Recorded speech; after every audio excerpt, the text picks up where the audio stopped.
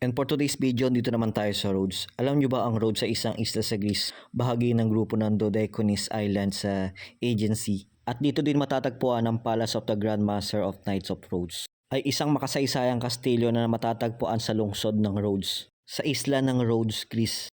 Isa ito sa mga pinakamahalagang halimbawa ng medieval na arkitektura sa Europe at dating nagsilbing tirahan ng pinuno Grand Master Knights of St. John, isang samahang militar na Katoliko noong Middle Ages. Panahon ng Byzantine 7th century nagsimula bilang isang kuta o fortress ng mga Byzantine. Panahon ng Knights of St. John 1909 to 1522. Nang sakupin ng Knights Hospitalerang Rhodes noong 1309, ginawa nilang punong himpilan ng lungsod. Ang palasyo ay naging opisyal na tirahan ng Grand Master, pinakamataas na pinuno ng samahan. Isa rin itong tanggulan laban sa mga kaaway tulad ng Ottoman. So tara, pasukin natin yung kastilyo. Di ba may entrance fee dito, 8 euro ang isa. So tara, check natin yung loob.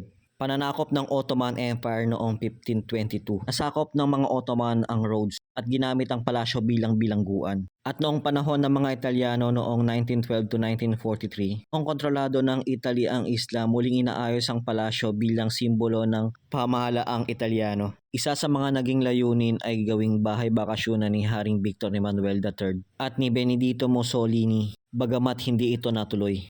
At ngayon naman nagsisilbing museo na nagpapakita ng kasaysayan ng Rhodes, lalo na noong panahon ng mga Knights. Bahagi ng UNESCO World Heritage Site ng Medieval City of Rhodes. At ito ang ating mga makikita sa loob, malawak na courtyard, mga silid na may mosaic floors. Mula pa sa mga sinaunang panahon, mga kasangkapang medieval at sinaunang Roman, mga exhibit tungkol sa kasaysayan ng lungsod, estatwa, antique furniture at armas, throne room, lugar kung saan tumatanggap ng mga panauhin ng Grand Master, chapel, maliit na simbahan para sa mga panalangin ng mga knights, at isa sa mga pinakamagagandang na preserved na kastilyo sa Europe. Patunay ng kapangyarihan ng mga Knights Hospitaller. At ito ay isa sa mga pinakatampok na tourist destination sa Greece.